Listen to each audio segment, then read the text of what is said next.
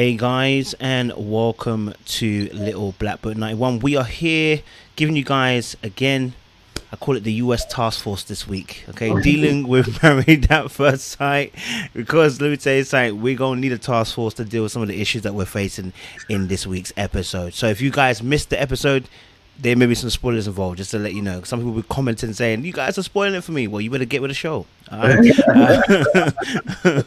But I am joined with some lovely, lovely guests of mine. You might have seen them last week, but I've got a special edition this week as well. She has specially flown in for me. Yes, Talisa has flown in for me, especially from. No, Jane, we're saying she was meant to be here last week, but she was away, and so I had to bring her back and say, Talisa, I need you this week.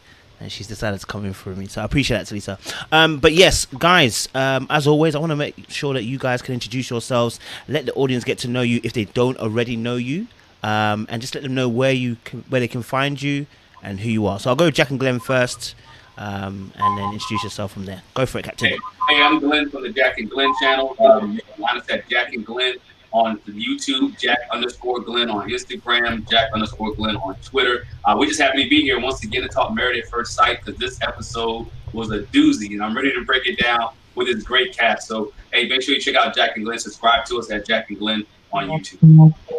Beautiful stuff. Appreciate Jack and Glenn. If I go to August Love Story. All right, I'm going, I guess. Artieka, this is Tommy, and we are August Love Story on everything on social media, Facebook, Instagram, all that. YouTube. Love that. And last but not least, Talisa. Yes, I love that. Go ahead and say a little song at the end of my name. I'm Talisa Ray, and you can find me everywhere. Twitter, not that I'm on there that often, Facebook, Instagram, and I am Talisa Ray. Here on YouTube, just plain Talisa Ray. I am also a life coach, which is a spin on the life coach for women, helping women find the love that they want, starting with themselves, and that can also be found at TalisaRay.com. I'm so excited to join you guys. I'm so dope. I was excited last week, like, oh, I missed it. I appreciate it, Talisa, man. Thank you. So, guys, I want to kick it off strong. You know what I'm saying? I'm debating right now if I go straight to Chris or do I go to another one. I'm scared if I go to Chris, we ain't never gonna we're gonna go the whole hour with Chris, because there's a lot to talk about. You know what I'm saying? So I might just leave him to the last bit. You know what I'm saying? Let me focus, I guess, so we can do the others quickly, and we'll get down to Chris because we have to talk about him. But let's start off strong. Let's start with Brie and Vincent. I want to ask this question: who was wrong, Brie or Vincent? Who was wrong? Can you even say that? I don't know. Can we even say that someone was wrong? If I go to August Love Story first, give us your kind of sentiments. We just had to talk about this. Oh, okay. Before we started, we think that Vincent was, I guess you could say, the wrong one in the equation, but only because he did not voice fully what his issue was.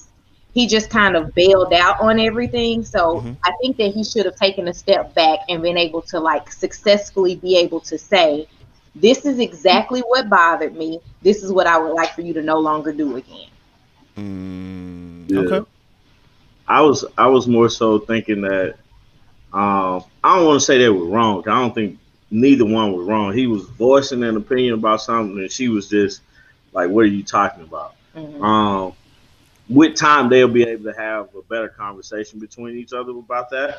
But I think Vincent gets he feels a certain way because of he didn't go to school or didn't. I think his education steps in, like his lack of education steps in because he feels a certain type of way. He feels like somebody's talking down to him and can't decide if it's just her playing or she actually throwing jabs at him. Because he mentioned that with his ex-girl, and that kind of played a role into it. I'm just like, man, you kind of got to let that go. Like, educated or not educated, like if you can read, you pretty much good. That's the way I look at it. But I think that has something to do with how he reacted to what she said. So, Hey, good points. Good points. I appreciate August love. I wish that. If I go Jack and Glenn. Yeah, I agree with Tommy a little bit. I think he got some insecurities from when he was younger.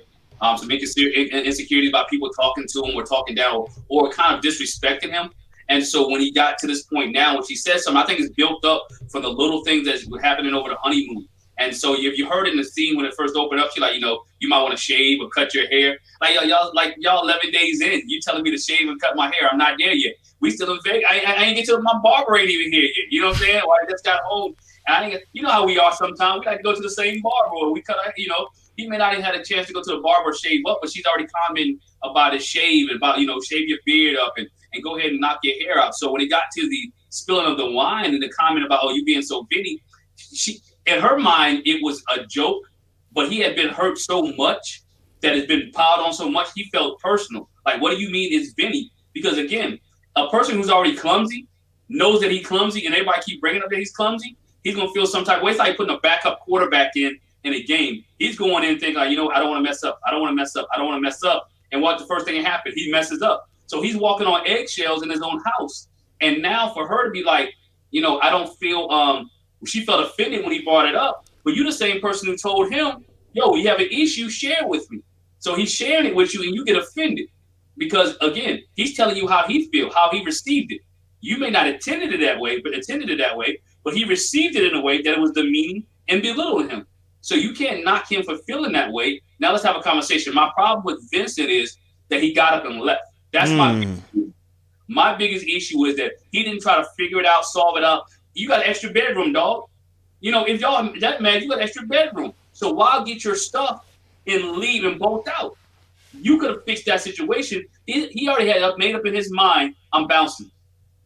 The way they produced it, the way they showed it. Now, we don't know if anything else happened, but the way he showed it was that he already had made up in his mind, I'm going to bounce. Instead of saying, you know what, I'm going to stay in the other room. I'm not going to go anywhere. Again, they're 11 days in, 12 days in. No one has set any boundaries about if I argue, what we're going to do if I argue. Are we leaving? Are we going to stay? Are we going to, try to work it out? Are we going to talk in the morning? What are we going to do? So his mind will say, you know what, I'm bouncing. Good points, Jack and Glenn. If I get to Lisa, let us know your particular thoughts on the Brie and Vincent. Who is right and who is wrong? Or if anybody's wrong, just say. Well, I don't know if I would say, I don't know if I want to use the words wrong, but I do think that they are both learning one another. And so they have to be a lot more patient and tolerant and a little more kind. However, for me, and I got kind of chewed out on my channel for this, I felt like Vincent was more in the wrong than Briana. And here's why. The whole Vinny thing was a joke, right? And I get that she's very like sarcastic and has dry wit. But just the other night, Champagne Vinny was okay. So if you are uncomfortable with me calling you Vinny now, I feel like you should have been uncomfortable with the group calling you Champagne Vinny, because on that same line, that's the whole reckless and idiotic kind of reference in my point of view. And so him discussing it, yes. When she asked for like specifics, he should have provided her with more. He's going to have to learn how to not beat around the bush and just be direct and say, this is what I don't like, and call her out on it when she does it. Otherwise, she's going to keep doing it, and then he's going to keep running away, because I agree with Glenn. The one thing he should not have done when she said, I don't want to talk about it anymore, which was totally wrong. She should have said, let's put a pin in it. Let's come back to it. Let's revisit it. But she didn't. So at that point, he should have just said, okay, we're going to take a break. It's getting a little heated. We'll talk about it later. I'm so with not leaving. Like, what's that doing but driving an additional wedge in what could possibly be a great relationship? I mean, also when I think about them talking about just moments before, they're my person. He's my person.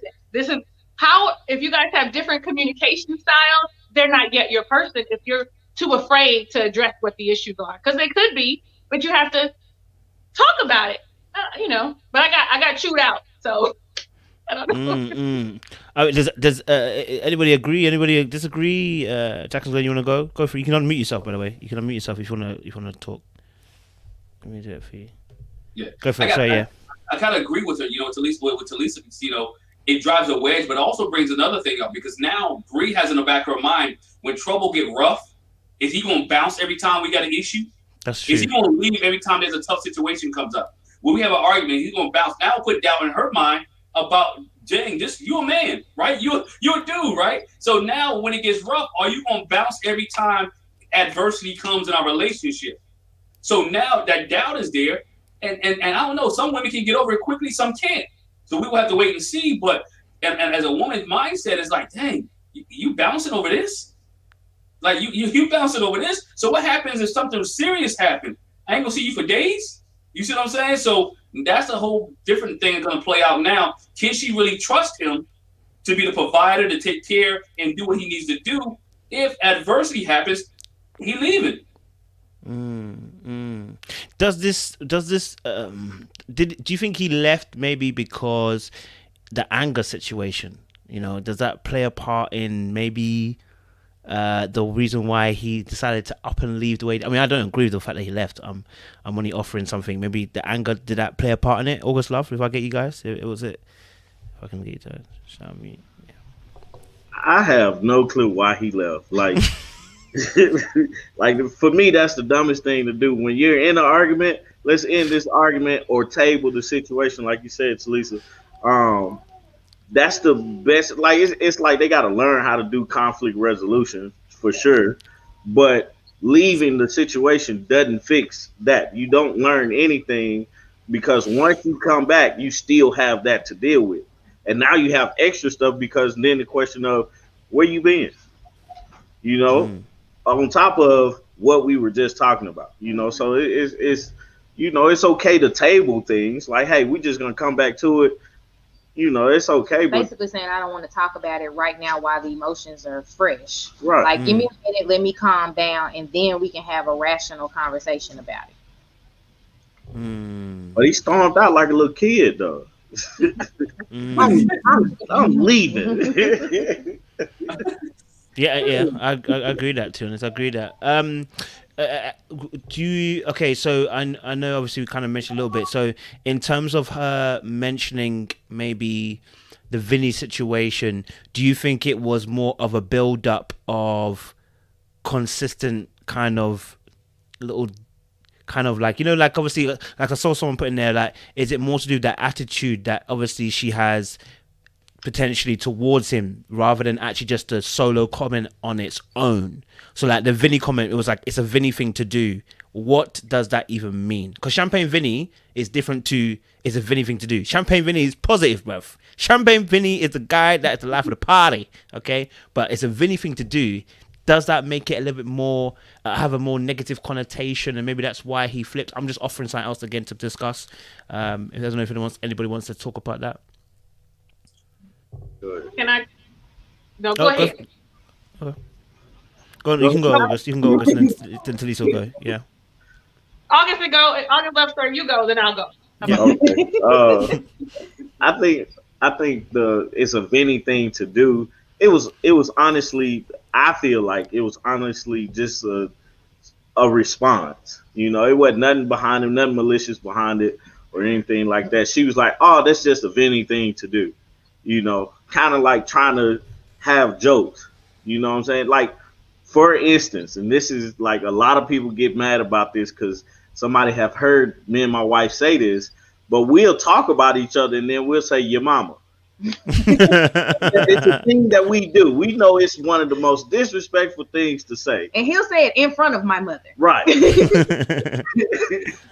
But it's just a thing that we do, and I think that's how I looked at it, as, oh, that's just a Vinny thing to do. The funny part would have been if she would have done something, oh, that's just a Briana thing to do. You know what I'm saying? Just kind of start to make that type of connection with him, and that's how I looked at it. So he just wasn't in a mood to be played with. Man, the mood changed. The music changed, the mood changed, everything changed. Music cut. Shoo! Party done off. Talisa? You can totally see. I agree. I'm gonna piggyback off of what you said. You could totally see that the mood changed in the room instantly. I thought, oh wow. But again, I feel like it was just, she was just filling dead space. You know, sometimes you just fill the air with whatever because you don't want it to be awkward or silent or, you know, or whatever. But I also think that he is a bit of a hothead. I do think that all these little things that he feels are demeaning or belittling to him are just adding up. And so him not vocalizing it, he is a ticking time bomb. When they talked about I don't want to snap back, I thought, oh, well, what does that mean? And what does that look like? Snap back? Are you violent? Like what are we talking about here when we say snap back? So I think that he definitely has to open up his mouth and start saying, I didn't like when you did that. But I don't like it. I'm embarrassed, you know, and then be on her end. She needs to be receptive of what he's saying, right? Needs to acknowledge him so that he feels heard and seen and say, you know, I'll work on it. I didn't mean it that way. I'll work on it. Let me ask Jack and Glenn before you go then. Let me ask you the question. Did Bree acknowledge what he said? Because I think that's also, I'm not, again, him leaving is just madness. That doesn't make sense to me. But did Bree acknowledge his point? Like you said earlier on, impact versus intent. So I'm asking, yeah. I don't think she acknowledged his intent because that's what he's looking for. In her mind, she didn't mean anything by it. So she was like, you know, I don't see why you're mad. But then she forgot. We go back to a couple of his episodes. Remember we was in the bathroom together? He dropped the soap. He dropped something else. And so that clumsiness. So I'm just use the bathroom thing. That he might have dropped something else while it was there. So when she said it was a Vinny thing to do, means like, man, you're clumsy. You know, and so in his mind, like, dang, you belittle me because you think I'm clumsy because I did this before. So she's reverting back to all the things that happened before. He might have spilled something on his clothes when he was eating dinner, spilled a drink while he was in Vegas. And so now when she says the Vinny thing to do, it's like, oh, you do this all the time. So I'm going to just call it the Vinny thing to do. So now he's feeling some type of way because he's like, yo, my manhood is threatened. And again, you're on TV. And in his mind, it's like, you belittling me in front of America. And so I'm upset. I'm mad now. So he's feeling. Now, did she acknowledge it? No, she didn't acknowledge it because, again, she's not going to acknowledge it because she didn't see anything wrong with it. She thought it was a joke. So but he didn't give her opportunity. And again, he didn't really fully explain himself to her to make her know, you know what, this really hurt me. If he had fully explained himself, you know what, I don't like when you say this, that, and other because this has happened to me in the past. I have this situation going on. I had people in my life told me that I would never amount to nothing. I told people in my life told me I'd never make it. People in my life that told me because I don't have the education, I wouldn't be successful. I had to work hard for it. And now I feel some type of way with my wife. Again, back to his thing, he feels that his wife is not supporting him, even with the little jokes.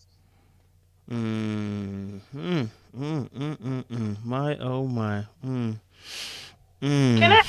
Yes, go for it.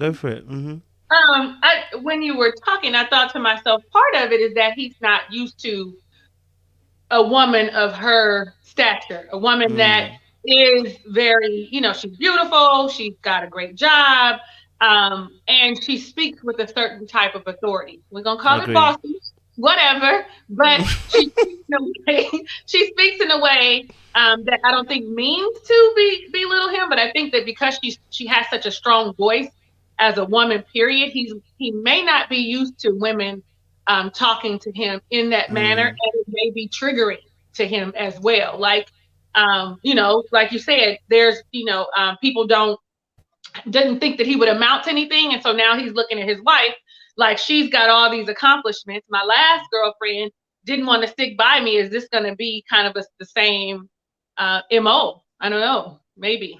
And also, I think we got to add too his Hispanic culture that's in the mix. Yes, they are very prideful people.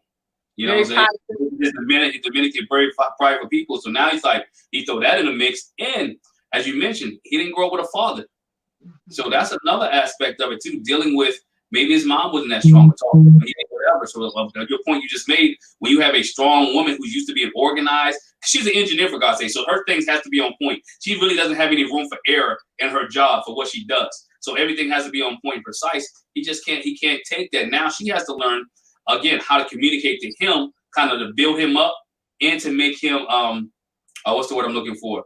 Feel confident about himself on a regular basis. So she gotta have to be able to do both. Be a supportive wife, listen, understand what he's saying, to build him up and to keep things flowing in an appropriate manner and way, so he can feel confident and kind of massage him a little bit. Absolutely. Apologies about that, guys. I had an internet connection go down. I'm glad you continued the show there. Thank you. Yeah, sorry, I don't know what actually was said. So, yeah. I mean, if I can add to it, maybe we can even discuss a little bit. I think obviously in regards to Breen Vincent, I want to say it for the third time. I still don't understand why he left. But I think I do think it's quite interesting watching Breen Vincent, because obviously, yes, he's very, I don't say like very sensitive, but he is sensitive in an area, and I think that area where he's not very confident in. And let me ask the men, because I've got men on the chat today, get me. I thought one of his, maybe his insecurity too, is the fact that his money's not up. I don't know if his money's up. I know he's got a business, but I think his money's not up. And I'm going to be honest with you, because I think when your money's up, you think differently as a man, and you feel different as a man. Do you know what I'm saying?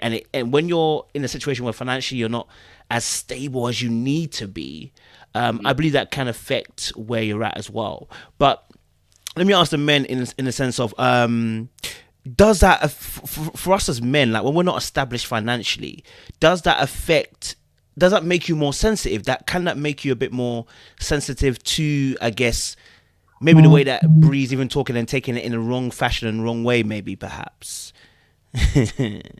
August, I'll let you go first, man. I don't think it should like have anything to do with it.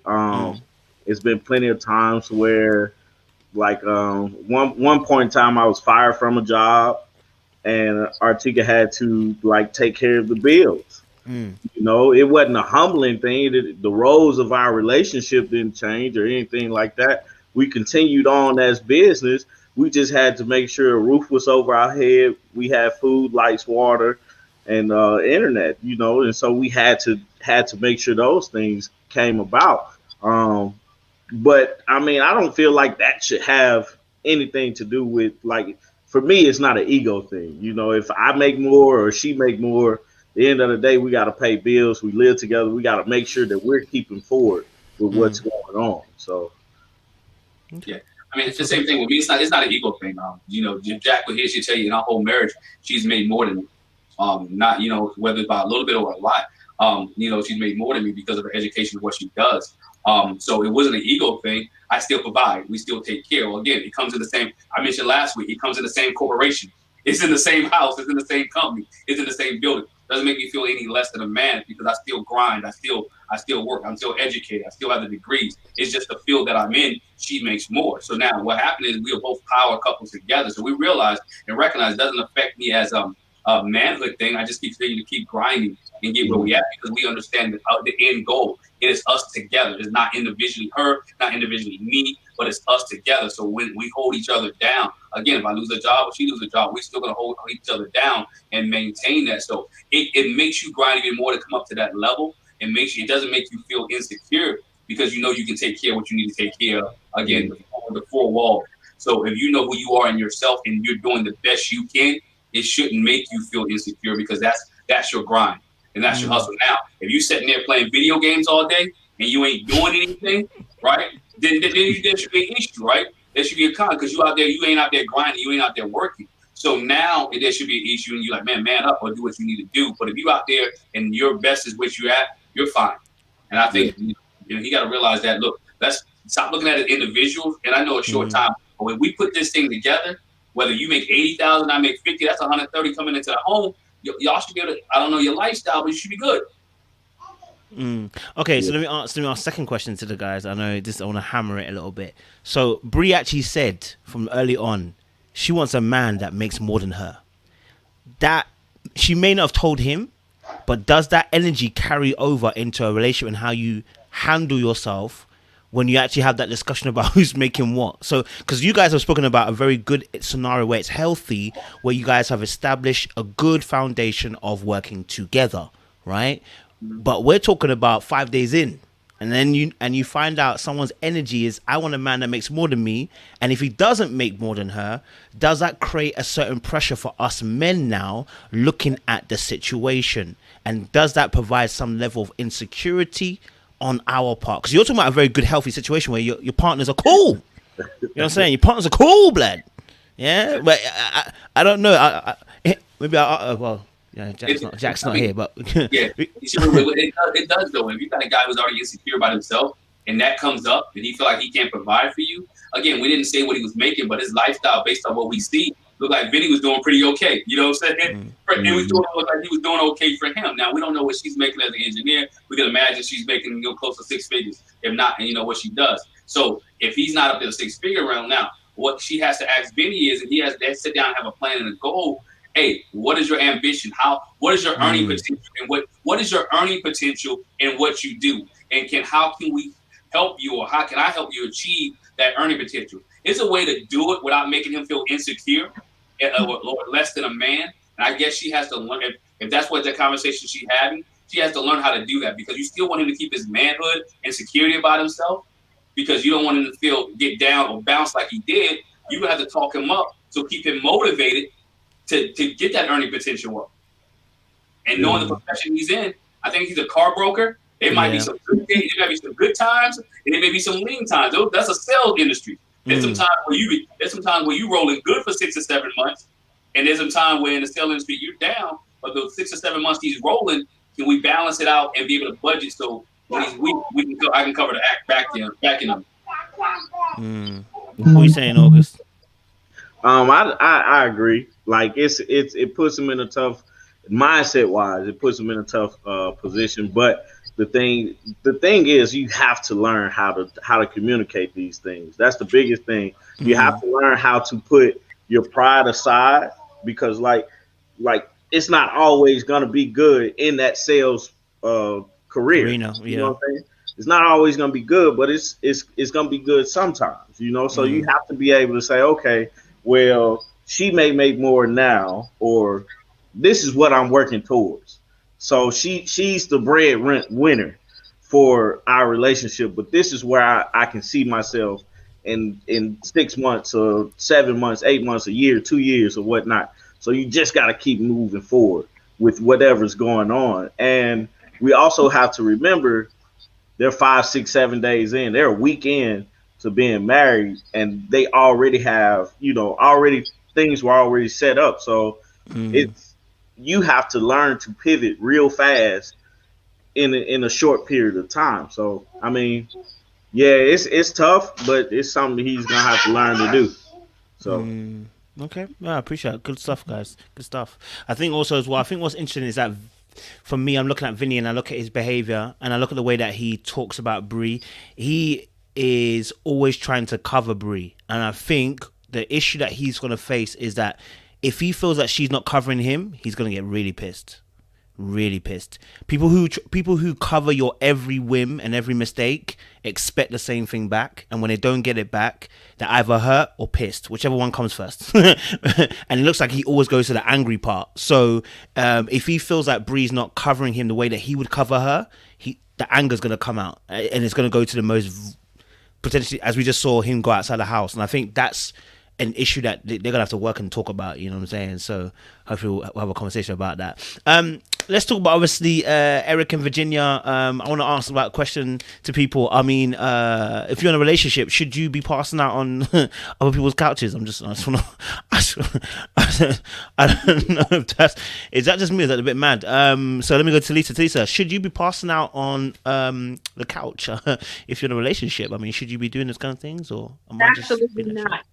Absolutely not. There is no reason that you should pass out on some girlfriend, your mom, it doesn't matter who it is, but especially a guy. You should not be passing out on somebody's couch when you're in a committed relationship and you're married. Like, first off, let's get your drinking under order, and then you wouldn't have to pass out. You understand what I mean? You should be able to just be like, I'm going to call an Uber, babe, come and get me. No, all of that is, it's a flat, big, bold, neon letters, flashing. No. 80s. Appreciate that, Lisa. Jack and Glenn. That's a big no, man, because anything can go wrong. I know you got your boys and friends, but all y'all drunk and you laying on his couch or their couch, anything can happen. He can rub up on you, fill up on you, touch up on you. and you have no one there to protect you because you sloppy drunk. You know what I'm saying? So it's so many red flags with that. But she don't understand that she's still living in that sorority girl lifestyle. She still thinks she's in college. Because when they went to her house, she saw all her sorority friends, and those are the type of people she still hang out with. And she got to realize she's married. It's never a good idea to lay out on somebody's couch. Definitely when you're drunk, you're intoxicated, and then it's the opposite sex, because anything can happen. August Love, what y'all saying? Capital no. Nah, that's a no-go, man. I mean, I wouldn't recommend doing that as a single person, let alone as a married person. Like, at some point, you just need to be able to control yourself. Like, I had one rule in college, and that was always make it home. One rule. Like, I don't care what all you do, we need to make it home. And that was a rule that we had as friends. Now, it might be from time to time where we decide before we went out that we would all be staying at one person's house that night, but that was the home for that night that we had to make it to. But we weren't in the, you can make it over here, you can go over there, you can stay with this guy. No, you have to make it home. Yeah. What would be the issue? I mean, how would you guys handle it then if your partner, has passed out, on someone else's couch, they're opposite sex friends and they've passed out on their couch? I mean, how would you guys handle a situation like that? I'm on my way. You might be on your way, but she didn't call you because she's passed out on the couch. So now you have to do clean up the next day. What you gonna do, Artieka? Like, what do you think? I don't know. It's just a no. It's just a no. Like, it's just it's a no. Like, I think it comes with a level of maturity. You mentioned how she's part of a sorority. I mean, she was part of sorority and all that stuff. She still has that mindset. She hasn't been in a relationship in forever. And even in the relationship that she was, which was, probably in high school, did not have this type of structure or require you to be emotionally mature. Like, she's not there. There's no reason that you should be staying out, passed out on some guy's couch at all. Like you said, either single or married. Like, I'm not going to pass out. And just from my own experience, my late husband, I guess he called himself being upset with me, tells me he passed out on his friend's couch. He didn't come home and he passed out on his friend's couch. How would I handle it? The best way that I could, with love and kindness, without being so upset and want to go upside his head or something, because I don't understand why your friend didn't call your wife to tell your wife that you were on the couch and to come and get me. So for me, there's something that wasn't there. Something wasn't missing. There was something missing. It wasn't full. The full truth wasn't shared. And so, Of course, you have now another issue that you are dealing with, lying or infidelity. So now you have something else that you have to consider when as cleanup.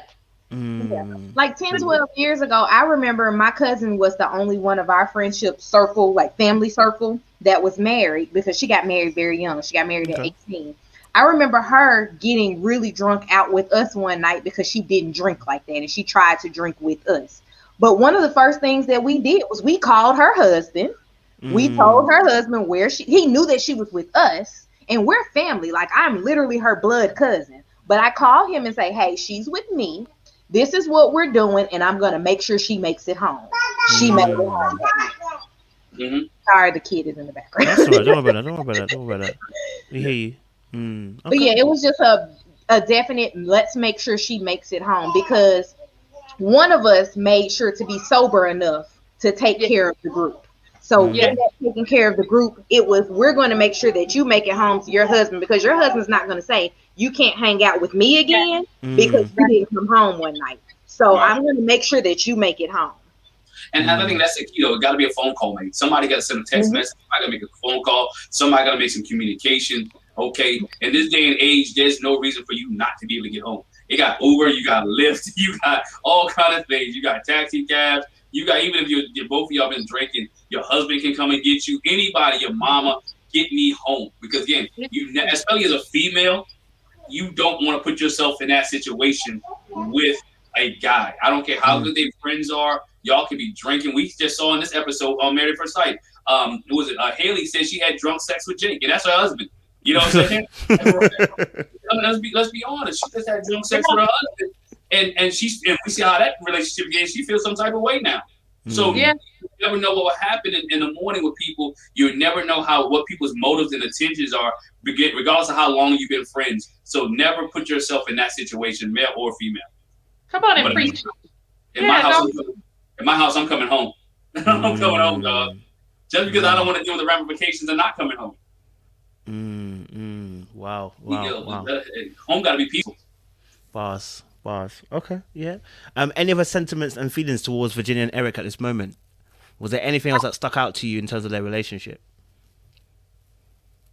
So that whole it's almost like a father-daughter relationship, especially in her eyes, because she seems to think that checking in is an issue, that's something that you do only for your parents, but no, you do it to people who care for you.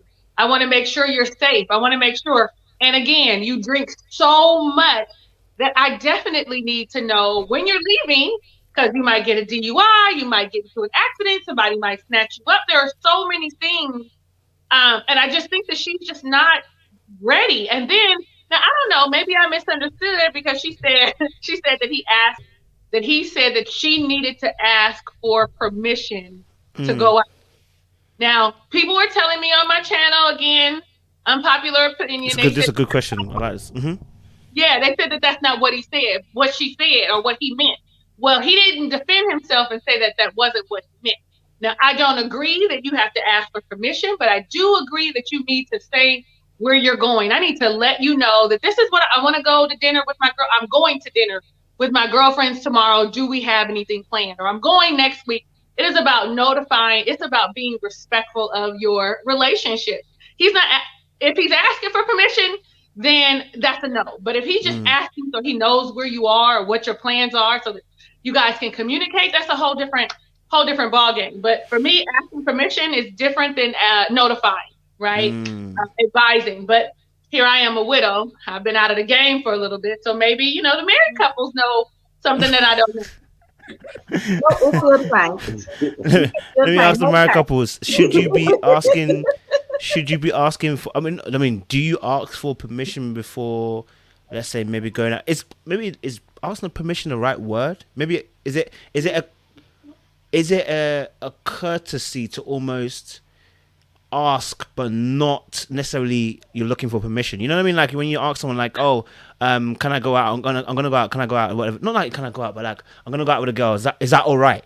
Right? It's a question, but necessarily it's not really a question. It's rhetorical. Like I'm going, but can I go out? It's almost like to kind of put it out there. I don't know. Is that still a problem though? That in relationships, is that how it goes down in marriage? I don't know. I'm not married. I'm single. So someone talk to me.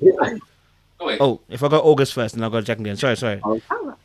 Well, for us, before having kids, it was just I'm going out. Do we have anything planned? Or what are you doing this weekend? I think I'm going to go and do X, Y, Z. Now that we have a child, it's more so, hey, what are you doing Friday? Because I need you to watch Lily so that I can go do this. It's not necessarily an asking of permission. It is a making sure that everything in your house is in order. Cool. Oh, okay. Yeah. So I wouldn't say we ask for permission. Like he will notify me that he's going to do something, but it's not the day of. It's always a few days in advance, and it's always letting me know what he's doing, where he's going, and giving an approximate time frame for when he'll be back. Now there are times like he goes over his friend's house, they hang out, they start watching a fight or whatever it is that they're doing. That may run longer, but it's always a text message conversation in that too that says, hey, I'm out. We're doing this. I'll be back. And as long as you're checking in, okay. But I am quick to say, have you lost your mind? And that's on a 30-minute time frame of what are you doing? Like I will text him and say, are you dead? And he'll be like, no, what are you talking about? I just haven't heard from you. Like if he leaves work and goes directly there, are you dead? You didn't tell me you made it. That's it. That's all I need. Yeah. That's it. Okay, I respect that. Yeah, Jack and Glenn's. That's the same thing I'm about to say. You know, check in or asking permission. By the way, we got to check our schedule. You know, we have kids. So it's like, okay, who's watching this one? Who's watching this one? Okay, we both can't do it. We got teenagers. Somebody may need to go pick this person up right here because they got practice or something like that. So it's not necessarily asking permission. I check in throughout the day because I'm driving throughout the day. I'm driving a lot because of what I do. I'm different places. You know, by the way, I'm going here. By the way, I'm going there. Just in case you need something, you know where I'm at and how close I am. Just in case something happens, or if you need me, you know where I'm at. You know what I'm saying? So you never know what transpires. And most of my schedules are the same every day. So it's not necessarily permission. I mean, if I fly across the country because of work or just hang out, yeah, you know, by the way, is it okay if I be gone next week? You know what I'm saying? For the whole week. To me, it doesn't mess with my manhood to ask because I know we have a lot going on. And I think it becomes a manhood situation. By the way, I could be submissive because, well, again, submitting one to another. By the way, do you mind if I go out tonight? Or do you mind if I go watch the fight? Do you mind if I go this, that, and other? It's just a common courtesy with your partner. Do you mind if I go hang out with a girl? Like, she's not here now because she had to sing. She said, by the way, so-and-so want me to go sing with them. Do you mind? What else we got going on? So we got this going on. Yo, if you can pop in. So we can cover each other that way. That's how you cover each other and communicate. I think when you see these power struggles, somebody has some insecurity in the relationship because if you look at Virginia, oh, I got to ask permission. I didn't ask for permission. At the same time, I know your behavior and I want to know where you're at. You're my wife. So I want to make sure my job is to protect you. And I don't want you to put yourself in a dangerous situation. And she can't see that, one, because of her age, and two, I don't think she ever had anybody around her. She's never seen a successful marriage. We gotta look at that too. Everybody in her family has been divorced. She has never seen what a successful marriage or a good marriage looks like. So she's basing it off her reference. And her reference points are not very good right now. Oh, I like that. Bombshells. I like it. Let's talk about, obviously, Clara and Ryan. The cupboard situation. What do you think about Clara and Ryan? I don't even have a specific question. I just know the cupboard situation was a bit peak. What do you think about Clara and Ryan? If I go to Talisa, Clara and Ryan, what were we saying about them? What was your sentiments? What was your thoughts? What did you think about them? I don't know. I'm a little on the fence with Clara and Ryan. Just a tad. Number one, I think that Ryan is not being like his whole self, right? He's not showing up as his whole self. Like, he is partly afraid of what you might see when you see me as I am. Sort of like the cupboard. You keep the cupboards closed and you don't see anything. It looks nice and pristine. You open up the cupboards. I show you who I am. You're not going to like what you see. You're not going to like this person that I'm hiding under structure. That's just my thought. But then you have Clara, who is also not being her full self because of what she thinks that Ryan is going to think. You know, she already thinks that he wants to control her, but I don't think that he does. But she is kind of like, she's a lot, right? To me, she's like a lot. Like, it's a lot. She talks too much. It's a lot. But if she tones that down for him, you know, and I feel like when you're married, you know, you're going to take all of me, the good parts, the indifferent parts, and not the not so great parts that you aren't, you know, I might not like it, but I love you. So I can deal with you talking a little bit too much or sharing, because that's really what it is. She kind of like overshares a little bit, but I don't really know how I feel about them. I don't know. I think religion's because I missed y'all last week. So I'm going to say I think religion's going to be a big issue. Yeah. I think that kids are going to be a big issue for the two of them. And I'm hoping that it plays out in front of us, right?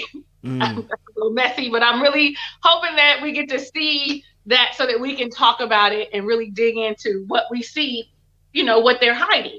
They're both hiding. They're not their full selves. You got to show up. I need to be me in order for you to accept me and love me and this marriage to work. And if there's something that you don't like, so that we can start talking about it and moving it through. Okay, I'm going to just say one more thing and I'm done. I also think that she's ready. You know, like the whole thing, we've had some physical intimacy. And then she turns around and says, he never took it. I've never seen him without his shirt. And I'm thinking to myself, oh, okay, are you cuddling? Because I don't know what else you're doing if he has his shirt on. Like, you're cuddling, you're hugging, you're kissing. and she's frustrated already, and it's only been 7 days. How you gonna be frustrated 7 days?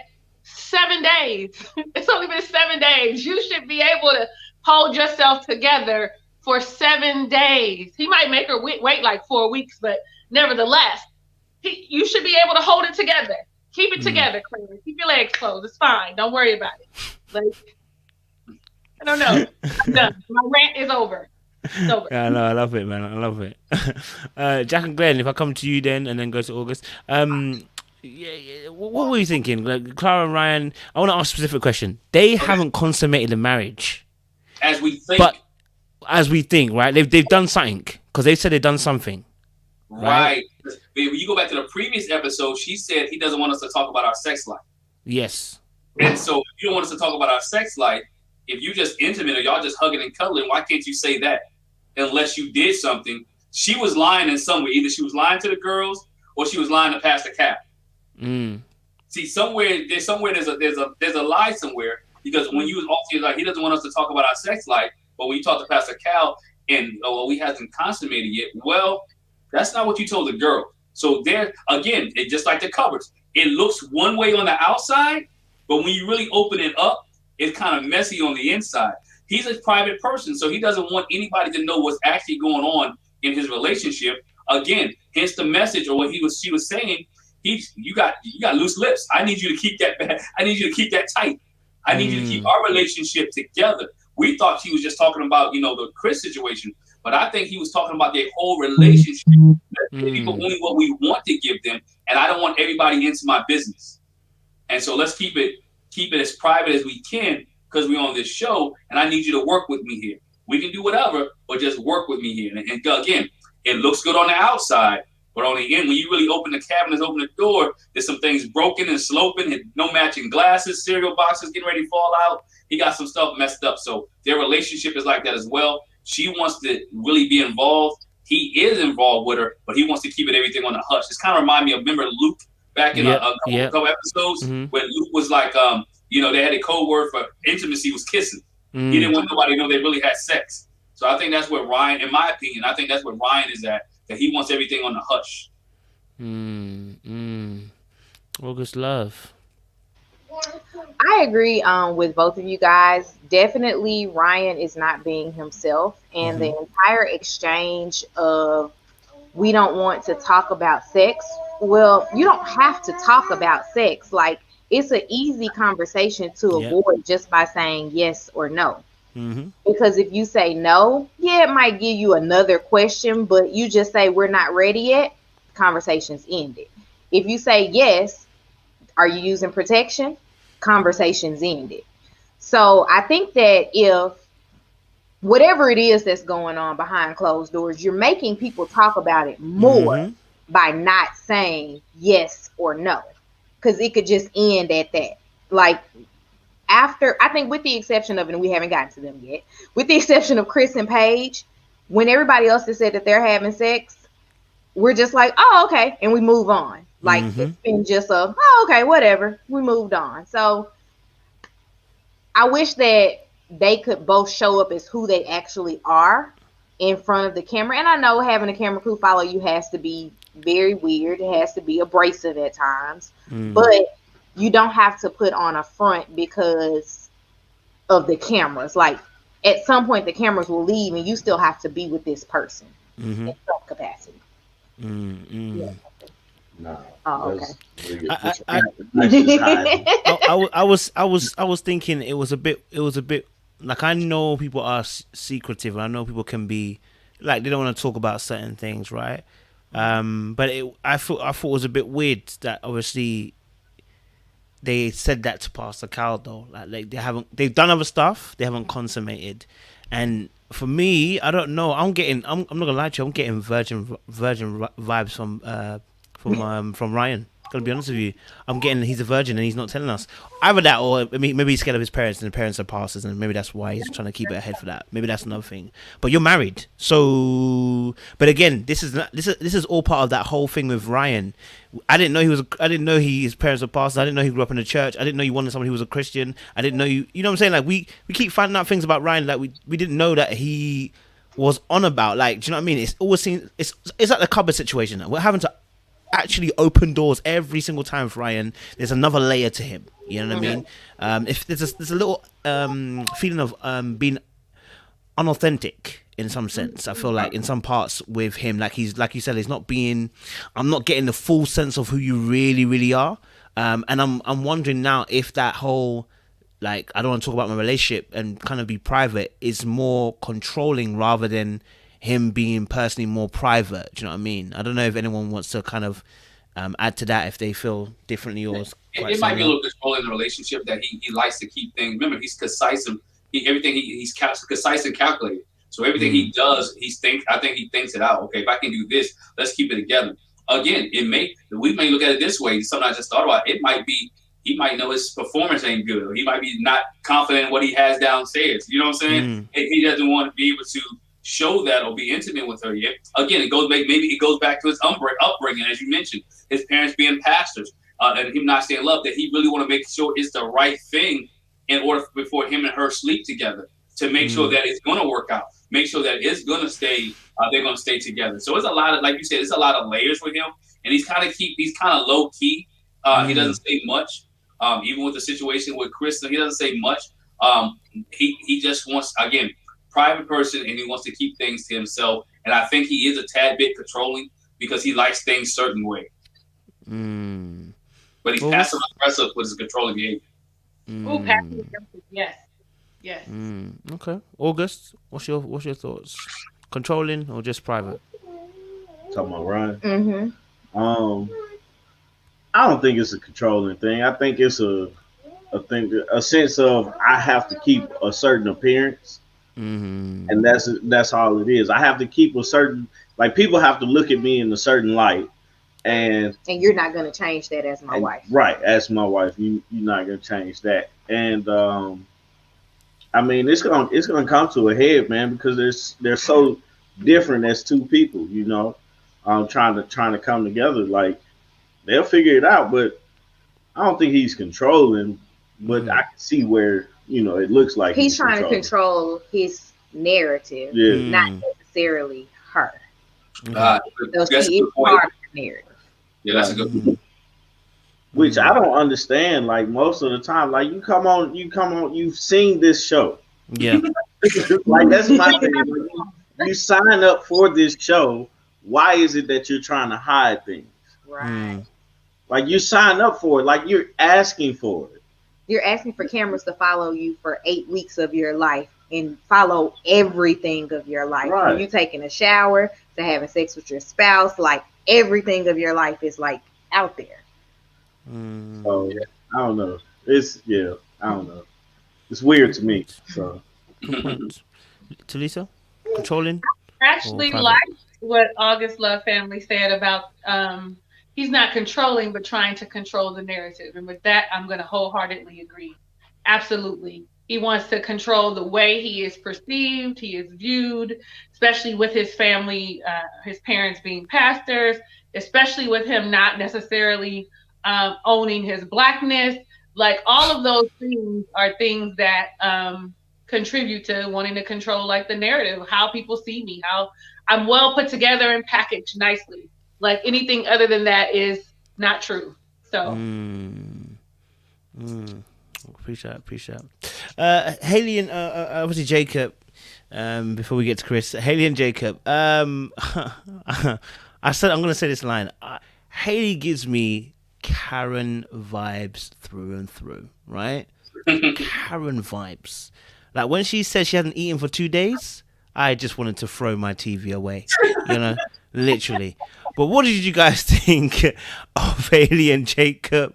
Like, what was your thoughts in regards to, I mean, they had a really, obviously, conversation in the house that went a bit left, I guess. But what's your guys' thoughts? Like, what's your guys' thoughts? I'll start with Talisa and then work my way around. You know, one thing I'm really proud of Jake for speaking his truth. Whether it was how she felt, if it was the delivery was wrong or not, I am very proud of him being able to communicate what he did not like and told her a lie is a lie. You lied. You lied. You did not want me to join you and the other people. And you could have invited me later, but I just want him to continue in that vein and not be foolish. Like he said, I apologize for what I said. And my thought is, listen, don't apologize for what you said, but apologize for the delivery, because you meant what you said. You meant that you were intentionally avoiding me being or wanting me to be around. It's what it is. Apologize for making the assumption that she has a boyfriend back home. That's fine. But don't apologize about the way you feel. You feel like she's pulling away, because she is. Everybody can see it. Don't apologize for that. That is a truth. And I need her to get out of her own way. Like, she does seem, I don't know, somebody has said that she seems to think that she's better than him. Some part about her is she has an air as if she's upper echelon or part of the 1% that can shun him because he's a little different than her. I need her to understand that that's not who she is, right? Number one. And number two, to be honest, that you don't like him. You just met him 7 days ago. Just saying, you know what? There's some weird things about you. I mean, it took Pastor Cal to pull out the fact that you didn't like the 80s stuff. Like that was like pulling teeth. But it's more than just that, because they've always been intimate. And people like you, I'm sure like I know. Once if I like you, once we're intimate, I want to spend more time with you if I enjoy that type of company. She didn't. She wasn't. She didn't like it. She don't. It wasn't correct. It wasn't good. I don't know how it wasn't good. As some men, I call it lazy doodle. She was drunk, so she don't know. She said it. She said it. It was drunk. She was drunk, so she don't. She did. She said I was drunk. She doesn't recollect. She don't understand. She don't know. That's why you should not have drunk sex the first time ever. That's why you should not have drunk sex the first time. No. Yeah, ever. Very, very true. August Love, what's your guys' thoughts? I mean, what's your thoughts? Haley and Jacob make me want to just sigh when I think about them. Like, give a sigh out and then start. I think that Haley has stopped trying. And unless she starts trying, they may as well have not even ever moved into the neutral home together. Or even pretended. And then the whole fight with the dogs, we got to live with Brett 2.0. Too many dogs were going on, man. It was they have four dogs. Bothered by the fact that they have 4 dogs between them. Why y'all have so many dogs? But when you look at their relationship, he really wants to make this work. He is looking at this as, I am 38. This is my shot before I'm 40, which I guess he thinks 40 is some magical age to be married. But he's looking at it like, this is my last shot before 40. I'm going to try to give this my all. And then now she is like, oh, I'm done. Like, lazy doodle was it. That was the last straw. And she's not trying anymore. And I think that if she tried, maybe not that they could work out, but they could at least walk away from this not hating each other. Right. I'm with you on that. Jack and Glenn? Yeah, I think Jacob is trying. I agree with Talisa. I think he should have said what he said to her. It could have been done in a different manner. I don't know if you guys watch Unfiltered. This is what she said that happened. On Unfiltered, she said that her, Virginia, and Clara was all going to meet downstairs, and they met Erik in the elevator. Erik like, oh, by the way, let me come too. Then Erik called Ryan, and Ryan was like, well, I'm coming downstairs too.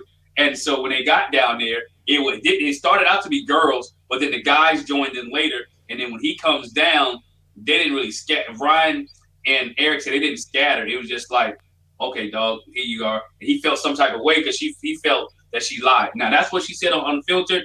Hey, you take it for what it's worth.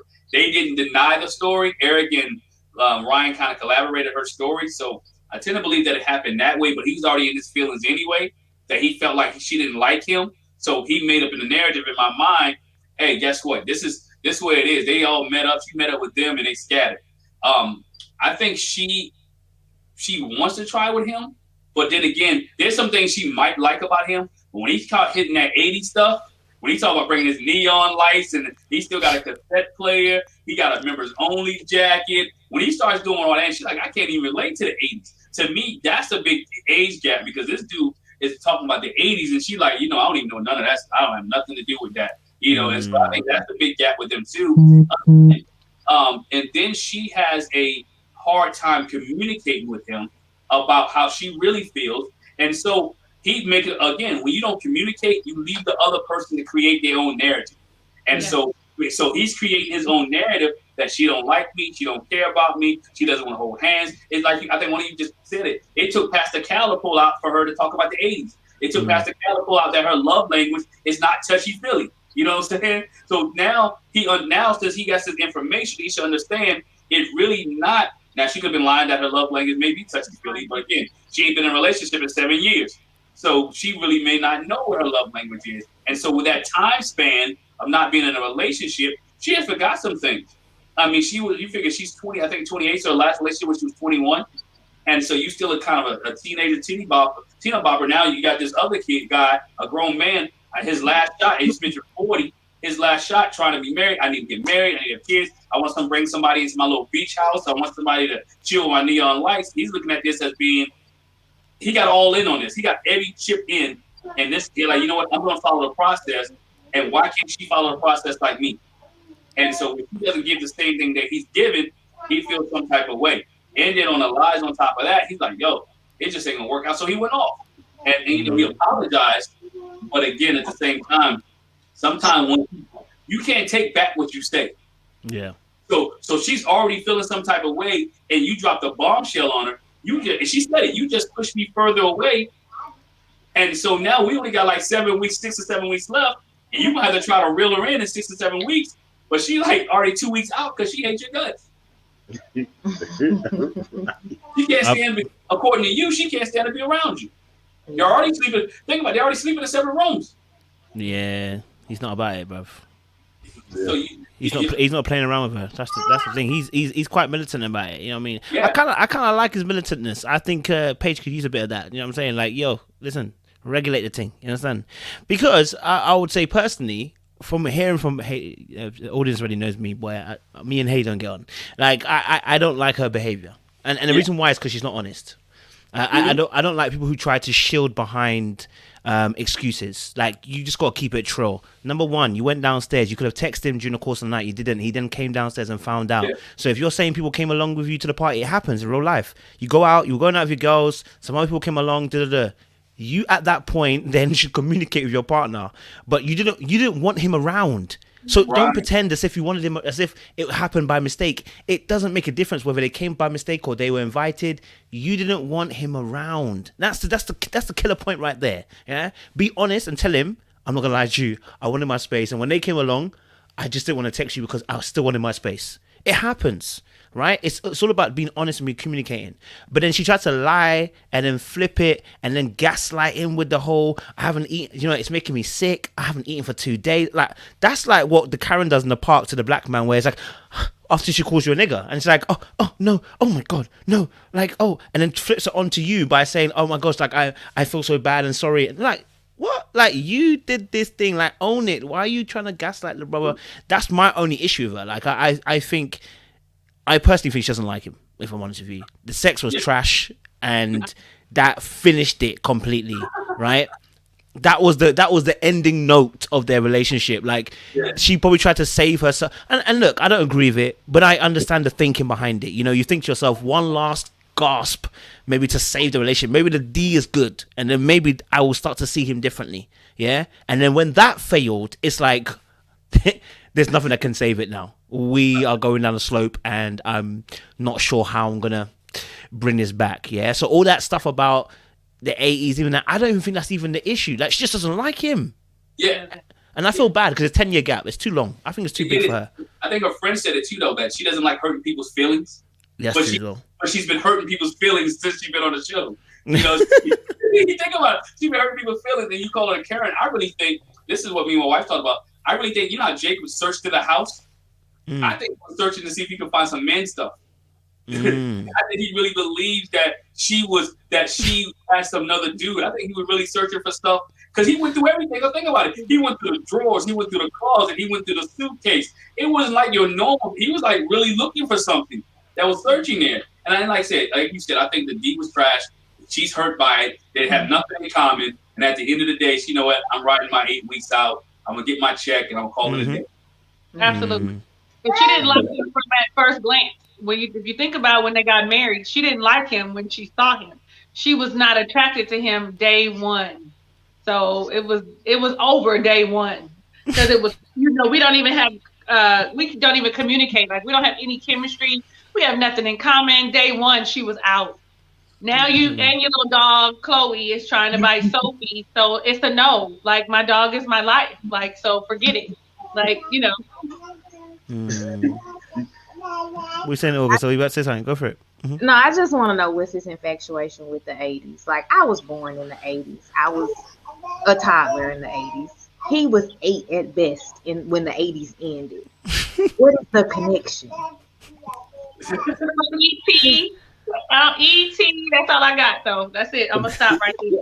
That's all I got. Maybe the Breakfast Club, maybe. It's like, what is the nostalgia? Because you were literally 8, so that means at best you remembered 5 years of it. But like Pastor Cal told me, like there's some things that need to change. If he wants the relationship to get where it needs to be, Pastor Cal told me there's some things that need to change. You may have to change the 80s a little bit. Come to the 90s or 2000s a little bit. Move up a little bit if you want to maintain this relationship. I think I'll go on a limb and say I think he'll fight for it until the end, but I think she won't put much. I don't think she'll put forth much effort. I think she'll play the game again on TV, but I don't think she's really putting forth the effort to keep the relationship. Yeah, there'll have to be some overly grand gesture for them to make it work, and I don't see that happening. Yeah. Maybe round 2 will help. Not lazy.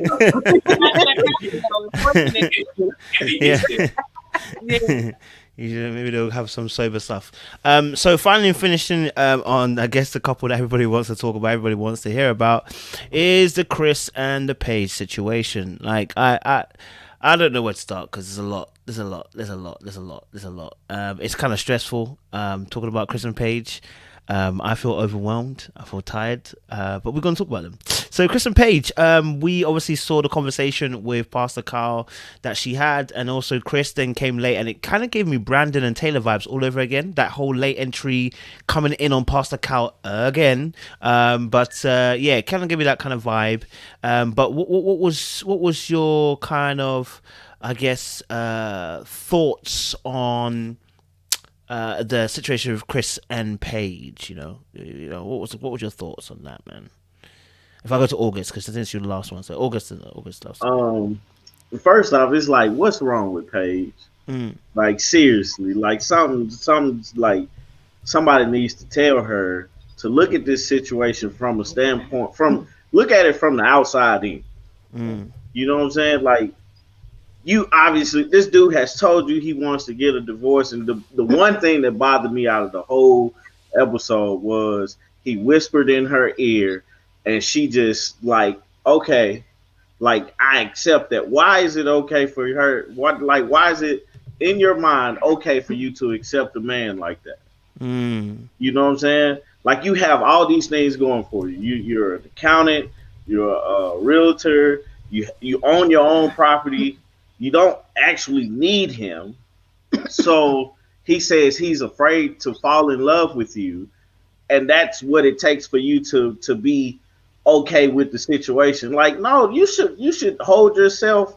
You should have higher standards for yourself when it comes to the men that you talk to and the men that gets your time. Because, I mean, that's the most valuable thing we have to offer anybody is our time.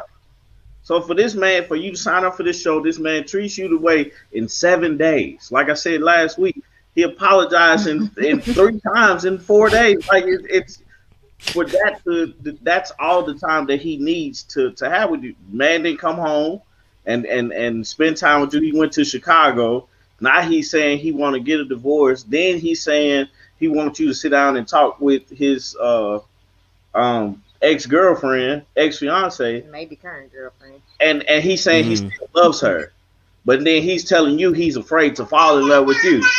So it's frustrating to look at it. And it's like at this point, I'm not even looking at Chris because Chris is giving us what Chris is gonna give us. It's like Paige, like, come on, man, you gotta stop being a simp when it comes to certain things. Man. You have to stop. You know what I'm saying? So that's my take on it. I just got two things. Go for it, sis. Go Merc for it. on Chris's face made me want to pop him in his mouth. And the second thing is, if you tell me that you don't want to be with me, I'm not even taking marriage into the equation. If we've been together for 7 days and you tell me on day 7 you don't want to be with me, we can be done. I don't know you. You don't know me. We can be done. I don't need to talk to your ex-girlfriend. I am done with you. Don't call me again unless it is a divorce attorney asking me to sign some papers. That's it. We don't have to talk to each other anymore. Whispering in my ear probably would have got him hit. Sorry, y'all might call me violent, but it probably would have got him hit. That just would have been the anger bubbling up in me of him. Basically, he's playing both sides. Because you know when he went to Chicago, he had sex with that girl. Of course. I don't know what she thought he was there for. So why are we playing like this didn't happen? You had sex with me and then you had sex with this girl. So we're going back and forth. We can be done with this. Don't call me anymore. Don't text me anymore. Actually, reach out to an attorney on your behalf for me. Like, we don't need to have any other discussions. Like, we're done. Period. I don't understand why she's still going through this, and that part of it is troubling for me because she keeps putting things on God. And there's a lot of things that we can put on God, but that ain't one of them. Come on now. That's just not one for me. That's all I got. Teresa, what do you want to say? Talk to us. I do. I have so much I want to say. But I'm going to piggyback on what you just said about that's not one of the things that God has ordained. Then in my next thought process, I thought to myself, I don't want to say that she's weak, but something doesn't click. And this is probably a pattern. And so just maybe it is ordained by God so that you could get slapped in the face and understand that your value and your worth is not connected to a man. And you don't need, like, you're beautiful. You've got stuff going for you. Then I'm all like, where's your mom? What did she show you when you were growing up? Why do you think that this behavior is okay? For 5 seconds, I was like, go, Paige, go. Like, you know, when she called the producers, it was going on. I was like, yeah. 5 minutes later, I was like, I know you lie. I know this is a lie. I know that you are kidding me. Like, I was excited that she was going to, like, run it. You know, she had Pastor Cal speechless. And I'm like, he come walking in the door. And I just thought, there's nothing about him that says to me that I am so attracted to you that I'm going to put up with this nonsense. Something just is not clicking. She wants this fairy tale, this be married. I don't know who she's seen it, what television show, because even television shows I have Chris out, right? Like, I don't know what she is seeing that is making her feel like this is okay. And then you brought his luggage home too, sis. Carl, after he went to Chicago, he wasn't going to take his stuff with him. You was spurred a moment impromptu. You know what? I checked in for this flight, but I'm gonna transfer and go to. And so you said, okay, well, I'll get your bags. No, your bags will be waiting for you in security because they would have thought it was a bomb because it was unattended in the airport. Like, I'm just so confused and conflicted because I want all Black women to have successful marriages, right? I want that for you. I want that. I want you to be happy. I want you to be healthy. Like, I want that for you. But sis, this isn't it. And I don't understand how you don't see that this man does not value you. He didn't value you from day one with his old shit, right, at the altar. Like, you felt it, discomfort. We would think that you would have just said, you know what? It's okay. One last thing and I'm done because my whole spirit just gets all angsty. her. Like, it just gets all like up in an uproar. Like, I wish you were my friend and you were my sister, because I would have told you at the reception that it's a no. But when Pastor Cal said, well, why did you sleep with him? If you felt, that there was a disconnect, why did you sleep with him? And she said, because I didn't want to upset my husband. You knew him one day. Miss People Pleaser. Look, we all got a little bit of that in us, but no. And the one thing that he likes about you is your goodies, your goodness and mercy, because that's why he don't want to be disrespectful. The one thing he likes about you, girl, please. I'm just done. And that whole I'm spiritually attracted to you, I just want to slap him too. I would probably choose violence, okay? They would be taking me out in handcuffs. I'm sorry. I don't want to be like, she gets me all oh, I'm sorry. I'm done. Like, I feel hot and flustered. That's how just chaotic I feel when thinking about her. I'm with you. Sorry. I'm with you. No. You're good. You're good. Even though Chris was originally the problem, she's now perpetuating it, right? And as her perpetuating it and continue to do it, it is now falling on her because she's had several outs. And I'm done. I hear that. Jax, you're in the conversation. Let Jax has joined us for the last bit of our conversation. How you doing, Jax? You're right, yeah? We're talking about Chris and Paige, Before I let your husband go, I'll let you go first, and ladies first, and that. You know what I'm saying? What's your thoughts in regards to the Chris and the Paige situation? What's your thoughts? I felt like Talisa. I told my husband, I'm mad. I'm angry. I'm angry. I was like, Chris, I was mad at Chris, but in that episode, I was mad at Paige. I'm like, you don't owe him nothing. Let it go, sis. Let it go. You don't owe him nothing. And that smirk on his face, I was like, don't let it work. And she started, I'm like, Chris, he got her wrapped around his finger. And I'm like, I hope I don't. This is what me and my sister talked about. On the Braxtons, Tamar said that Gabe had the ding-a-ling of gold. I said, he must have, it must be gold. Mm-hmm. I don't understand. And I was just like, God is not the author of confusion. He wouldn't put you, and I get what you're saying too, Talisa. Sometimes we do get in situations, so we learn a lesson and be like, oh no, I shouldn't have did that. But yeah, I just couldn't believe it. And I felt like I told my husband, my issue is Haley's been talking to her friends and FaceTiming her friends all during the honeymoon. I said, Paige must not be talking to nobody. Because if she had talked to homegirl from the reception, she'd be like, sis, run, go, now, leave. Don't put up with that. Don't put up with that. And I also told my husband, I said, for her to say to Pastor Cal, we've been intimate. So it's day 11. We've been intimate every day except 2 or 3 days. I said, so that was the day when he went to Chicago. And what other day did I say husband? I can't remember. I was like, that'd be the time that he was gone. Is the only time then when her cycle started. I was just mad. I really wanted to chop him in the throat. I was mad at both of them. And I said, he waited good till Pastor Cal left. And he slithered over there. Mm-hmm. He was hissing like a snake in her ear. Did God really tell you not to eat the fruit? Did he really say that? Did he really say that? I don't think he said that. I'm afraid I'm going to fall in love with you. And she was like, he said, you said you was done, be done. Bye. Bye. That's what I have to say. I was really disgusted. I was like, I can't do this. She is embarrassed. It's embarrassing to me. It's embarrassing to me. I was like, sis, you can't act like that. So definitely this episode, I'm still mad at Chris, but I'm even madder at Paige because fool me once, shame on you. Fool me twice, shame on me. Because now I'm the dummy. Appreciate it, sis. Captain, talk to us, man.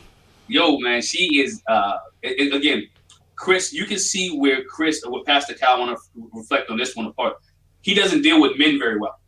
He's intimidated by men. Because when Pastor Cal asked him questions, he wasn't direct and honest and answering the question. You came in like he was a big deal. You came in late. You came in, and now Pastor Cal's asking you questions, and you don't want to be honest with him. You don't want to. You're intimidated by the fact that he's being direct with you, that he's being straightforward with you. Now, my issue with Paige is this. Come on, girl, you got to have some type of self-worth. You got to have some kind of decency about yourself. Where's your daddy at? You know what I'm saying? What did your daddy teach you? What did your mama teach you? You done had two men walk you down the aisle. Let's go back. She had two men walk her down the aisle. So what did these two men teach you about your self-worth? And then you better not let no man treat you like this. Now, mind you, we can't handle the baby situation because that was before you. But what he did while he was on this trip to you, being disrespectful, calling you out of your name, treating you just like you a piece of meat, as my wife said in our review, getting on top of you, just doing your business and treating you like that. That's how he treated her. Because think about it. He done showed his tail every day. I don't know about y'all. If I show my tail during the daytime and embarrass her, guess what? Guess what ain't happening at night? You know what I'm saying? He showed his tail and made you look like a fool all day long. And you still was willing to give it up to him because you want to do a husband duties? Guess what? I said in our review, his daddy planted the seeds. At the conception when he said, guess what? My son will work. He come home, and I want you to have sex with him. And so you remember what she said? I was doing my wifely duties. Guess what? You have wifely duties to say no. No is a complete sentence. Yeah. You can say no. Guess what? As she said, it got to be the dingling of quote-unquote gold. Because guess what? There's no way in the world he treating about the bags. Talisa, you was right. My bags would have still been at the airport. So right now, I would have been picking my bags and they would have been bringing them to the house. But guess what? She didn't do that. And for him to slither and talk to her and wait for the dominant figure to leave and then slither. Girl, he'd already told you he loved the ex-fiance. He already told you to think about getting together. He already told he left you on a plane because y'all flew back together. If you look at the clip, y'all was on the same plane from Nevada to Atlanta. So when he got to Atlanta, he hopped on another plane. Did he pack it? My wife said this, which was pretty smart. He packed a carry-on intentionally, knowing he was going to Chicago. Remember, he left his other bag, so he had a carry-on intentionally, unless he just went to Chicago with nothing. So if he went to Chicago with nothing, that means you got clothes somewhere else. It's even worse. So now you moved on, and now you come back walking in here like, oh, this is my apartment. I got a key, blah, blah, blah. I'm in, and I ain't going to say, and then you can try to sleep with me? Because I guarantee you said, yo, Paige, let's go to the back. She probably like, all right. But again, she's on her cycle. She may not have. I don't know. But, and then you worry about being pregnant by this dude because God forbid, glad that you're not pregnant by him because that just would have complicated things even more with the situation. So he slithered and he talked to her, and she's standing in the parking lot like, I wish he'd come back. Like, can you come upstairs? Like, what's wrong with you? Where's her brother at? Because her brother was hard doing the scenes beforehand. Where's your brother at to tell you, like, girl, look, now, be honest. You know we ain't raised like that. You know you have, and let's not make this a church thing. All church girls ain't like that. That's true. I don't care what you. There's some marriages God ain't put together, and this is one of them. He didn't put this together. Married at First Sight put this together. You just gotta have to get picked by people. This is not a God thing. Again, this is you signing up for a show and you getting picked for the show, and they matching you with somebody who lied to them and misinterpreted who he really was. And they thought you guys would match on paper. And so now you're making yourself look like a fool. And other thing, is for next week, if you meet with the ex-fiance, we ain't got nothing to talk about. Because he already told me he wants a divorce. And guess what? I'm giving this dude, we didn't bring it up. And I looked at some of, he went and already sought out a divorce lawyer. He said, I already talked to a divorce lawyer about getting out of this marriage. And he told you this before he whispered in your ear. I went to Tanika, he might have got a punch. He might got a jab to his stomach or something. Like, hold on, dog. You would let him whisper in your ear? She didn't try to pull away. She didn't try to pull away. Again, it's a difference between being respectful and being a fool. Yeah. 100%. And 100%. She's showing a lot of foolish behavior. A lot of foolish behavior. So hopefully she gets to talk. We get to see her talk to her friends or interact with her friends. I think in the episode, friends are supposed to come over. Hopefully her friends are set up straight and she'll be good for the rest of the episodes. Let me go to August love story. Let me get your last thoughts on Chris and Paige. What's your last thoughts on Chris and Paige? Something you want to add for free? Yeah, I'm totally agreeing with everybody else. Like it's for me, it's hard to look at Chris now and say, "Hey, Chris, you know," and still be frustrated. Like my frustration comes with Paige for allowing. Hey, he whispers in your ear that he already told you he wanted a divorce. We don't have anything to talk about except the procedure to go forward and get a divorce. If you've already have an attorney, get that attorney to contact me. Let me sign these papers. We haven't merged any assets, so this should be a clean break. Right. I should be easily divorced from you. All we have is a few days on this TV show. Annulment. Right. So I don't know if they can get an annulment because of the sex, but oh yeah. But you could also argue that he is misrepresenting himself. So maybe. Yeah. Right.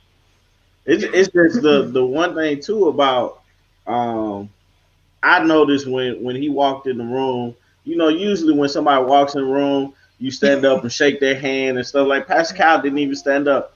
Yeah, he didn't. Pascal at that point, for me, has lost all respect for this man.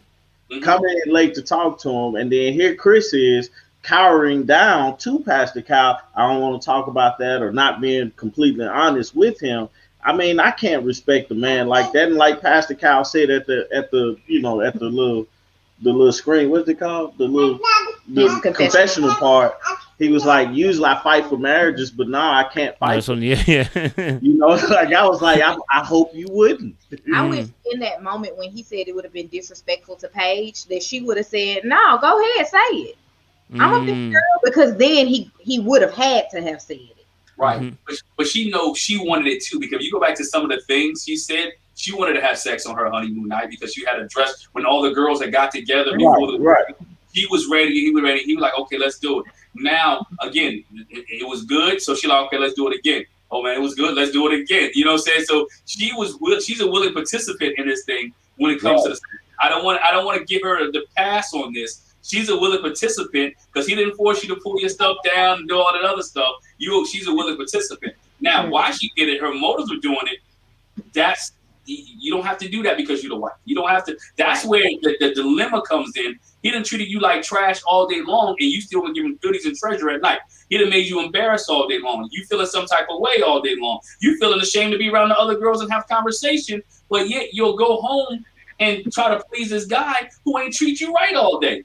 I mean, what that say about you as a woman and your self-worth?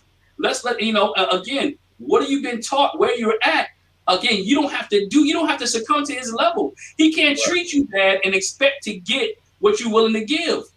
And so she got to realize in that aspect that, I'm valuable. And guess what? If it doesn't work with him, it's going to work with somebody else. So you know what we're going to do is bring me the papers. Let me sign this. If I got to be on camera like Mindy did and be in my own little room for the next 7 weeks, I'll be in my own little room for 7 weeks, whatever case I need to be. I'm going to finish this process and I'm going to find somebody else. But don't keep putting yourself through this turmoil and heartache and pain and frustration when you don't have to. And I think that's where she's at. She's like, do I have to be around? No, you don't have to be around him. It's okay to bounce. Right. Yeah. Finish. Go for it, August. Finish what you're saying. Go for it. I was saying, that's right. It's simply that, man. You don't have to be a willing participant in this foolishness. You can bow out, say it didn't work, and move on to the next thing. Participate in the things that they have you participate in. If it's a check at the end of the tunnel, you get that check and keep pushing. Like the decisions that you're making right now aren't wifely duties. Like people that are married, dated, then got married, knew each other for years, don't go through stuff like that. Yeah. It's not manipulated like that. Like, yeah, my wife can say no to the, to sex and everything, but she's still completing her wifely duties by all the other stuff that she's doing. So it's like your aspect of marriage and your aspect of what your duties are as a wife, you haven't even established that yet because you haven't got past the part of him saying he doesn't like you. You haven't gotten past the part of him calling you ugly. Essentially. So it's hard to even think that, you're thinking about it. Oh, my wifely duties, my wifely duties. You're trying to be friends with this person first. So it's like it doesn't make sense to me, and it's hard for me to be like feel sorry for her at this point, which the situation is bad. It looks bad on TV when you see her and she's by herself in the apartment and everybody else with their spouse and she's just in here by herself. She got his luggage and all this stuff. It looks sad, but it's like you're causing this. You're allowing this to happen, and how it looks on TV or how it's being portrayed on TV. You're just being simple minded and just being a follower and not standing on your own too, and allowing this man to manipulate you in a way he's only doing what she allows him to do. That's true. Yeah. And that's what I think that's what bothers me the most out of their whole situation is that she don't see. Before you go, Jackie, I gotta let Talisa go. Sorry. Go for it. It's okay because it's really nice to hear the fellas and their opinion about the whole situation. Because as women, we're gonna feel that way anyway. But like Chris, yes, he is very manipulative, right? He does have very horrible qualities and behavior traits. But at this point, it does fall on Paige. He's told you several times in several different ways that you are not his cup of tea, that he does not like Hennessy, or whatever it is that you aren't it, and he doesn't choose you. He's told you that a million different times. And what I want her to do is to choose herself. Before you do anything else, I choose me. And if I choose me, you can't, you can't embarrass me like this. You can't make me look foolish because I now know my self-worth. I know my value. I have respect for me. I love me first, right? I so want to just slide in her DMs and say, girl, listen, I'm going to give you some free sessions so that we can get to the bottom of what all this is so you can know who you are. Like, because that's where it starts. Like, I don't feel like she has a good grasp of who she is except for what she does, right? As an accountant, a homeowner, you know what I'm saying? A daughter. I don't think she knows who are you standing separate from those things. And for some reason, she equates value with being a wife, right? No, sir, no, ma'am, no, thank you. I'm a woman and I hold value. I'm valuable as a single woman, right? Solo on my own, standing flat foot in the mirror. I'm worthy of love, right? I'm worthy of every good thing that God has in store for me. Every single one. And I'm worthy of respect at minimum from you. And this man isn't it. This man that you are pining after because you are quote unquote married for 5 or 7 days or whatever is not it. I just really, like you guys said, want her to just open her eyes, right? Smell the coffee. Somebody share with her. Like, listen, this isn't it, sis. Do better. He's not even attractive. I don't care how golden his D is. He might got the ticket, okay? He might be. But the way he treats you is not enough for you to be sitting and dealing. You can find something somewhere else. That's probably even better because your connection and chemistry will be there. It'll be off the charts. It's just not going to be casual sex because that's what they're having, right? So, yeah, I agree with everything you guys have said. It has been an honor and a pleasure. Like, you guys are so, like, observant and your thoughts are so well thought out. I'm all like, oh, that's good. Like, that's good. Oh, that's good. Yeah. I appreciate it, Lisa. So I'm gonna get you guys final statements. We've come to an hour and a half time, so otherwise I could drag you to 4 hours. But I want to get everybody's final statements. I really could. If you guys see the lives what we do, it's 4 or 5 hours. So I want to get everybody's final thoughts. 30-second roundup. And also as well, as you give us your roundup and summary, please also let us know where we can find you and where we can connect with you on your particular platform. If I let Jack and Glenn go first, I know it's just Glenn today, but you fine. My final thought is, does Chris run the show or does Married Lifetime run the show? Because Chris seems like he run the show. He tells them at the mic when they're not to do production, when not to film. I mean, Brandon couldn't get away with that. Where's the girl that told Brandon, dog, we can record you now. We can record you. Maybe, I don't know, did they leave her on that season? Because she was on it. Whoever production is now, it's like, They just go whatever Chris says. There's no way in the world. And then Paige listens. She's, I'm gonna cut my mic. No, don't cut your mic. This is what we did, because she's gonna spill the beans anyway. So just let it be on TV. What do you have to say that you don't want everybody to hear on here? But we said it all. I think Paige needs to need a man up to talk to somebody in her life. Maybe your pastor, Pastor Cal. She needs some counseling and some therapy to get some self-worth built up for herself. I think Chris just is being a manipulator and trying to, again, all he wanted was sex. He wanted to get married so he can have sex and not burn in a religious standpoint. He just wanted that relationship with her. Clara and Ryan, I think they can work some things out after they become more attentive and more, don't worry about what the perception is on camera. Haley and Jacob, I just think it's done. I think they're just totally out of it. Erik and Virginia, if she can control her drinking and allow him to be a husband and she receive it, I think she'll be okay.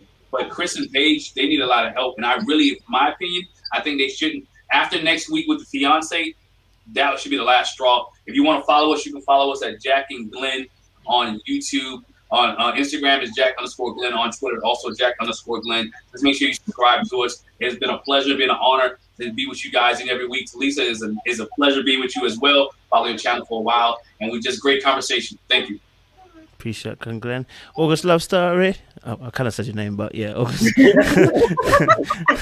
Every time I do that, I realize I'm saying their name. But yeah, give us a summary and then let us know where we can find you as well, guys. Hey, I want Chris and Paige to break up. Just stop messing with each other. I want this to be their last episode. Right, episode 8 needs to be the last time. That's it. Like, just talk with Paige every now and again, so we know she's still okay. Erik and Virginia, I think Erik needs to stop looking at himself as being the professional or the vet in this married thing, because he's married, and start looking at her as his wife. And I think Virginia needs to grow up and start realizing she's in a relationship. She's a wife. I think Bree and Vincent are gonna be okay. They just gotta learn to communicate with each other. Who am I missing? Jacob and Haley. They're pretty much done, because Jacob went strong one way and Haley is strong another way and don't like him. So hey, that's it. Did I hit everybody? I think that was it. Okay, cool. Or did you do Clara and Ryan? Oh, Clara and Ryan, they're okay. They hiding behind the curtain anyway. So like, they figure it out. Like he's hiding something, and Clara's like, I want everybody to know. So eventually it's gonna come out. So just give it time. If you haven't already, please go subscribe to our channel at August Love Story. We have a podcast that comes out every Wednesday on our channel. So you guys can check it out. This week we're actually talking about cheating, so it'll be a good episode. That's my favorite topic right there. And we're August Love Story on everything. In my personal page is Artieka, just first name at Artieka. His is I am Tommy T the third. Appreciate that, guys. And Talisa, give us a summary and where we can find you. I'm gonna make it real easy. I think that the only people that have a chance is Briana and Vince. As long as they can work through their communication issues, I think that they will be fine. Everybody else can just go away. Like they can all just silently go off into the night, and I wouldn't even know. Like, I do like that they're messy, and they have relationship issues, because that's what I like to talk about. But they are all pretty much doomed. At one point, I thought that Clara and Ryan might have had a chance, but now I feel like no, they'll probably say yes for the sake of saying yes. But everybody else is just going to be a no. I'm rooting for Briana and Vincent. I hope that they learn how to communicate and get their life in order. You can find me everywhere at I am Talisa Ray. Listen, just Google Talisa Ray, and I should pop up. Include my little podcast. I can't wait to watch y'all's podcast on Wednesday about cheating. I'm like, I like all things cheating. Let me hear what y'all talking about. You know me. Follow me. Subscribe. Follow me on Instagram. Subscribe to my channel if you aren't already. You are welcome to become a ray of sunshine. Everybody, come on in. Okay. Yeah. You might have to bring that podcast episode on here. We want to hear them cheating stories. I'm definitely tuning in on Wednesday. So yeah, guys, thank you so much for joining us tonight. Last week we were the Avengers. This week we're the US Task Force. I don't know what will be next week. Might be the Border Force next week. But no, thank you so much, guys, for joining us and sharing your points of view. It's been good. It's been insightful. And it's been good just to hear different points of views from you guys and coming together. Audience, as always, thank you so much for being respectful in the comment section. Make sure before you guys leave, you like the video. It helps with the optics and the analytics. And also as well, make sure you are following these guys. Okay, I chose these guys with a purpose. Okay, because I know that they're sound individuals. So listen, you can trust me. Follow them. Okay, follow them. Yeah, click like and share and subscribe. I always say share, and I don't know why share comes out. Like, share, and subscribe. Okay, guys, to the channel. But guys, it's been beautiful. It's been proper. We're gonna see you next week, and hopefully we'll have some better news on Chris and Paige. Okay, I'm pulling the leg. There's not gonna be any more better news. Appreciate you guys. Stay locked and stay loaded. We'll see you next.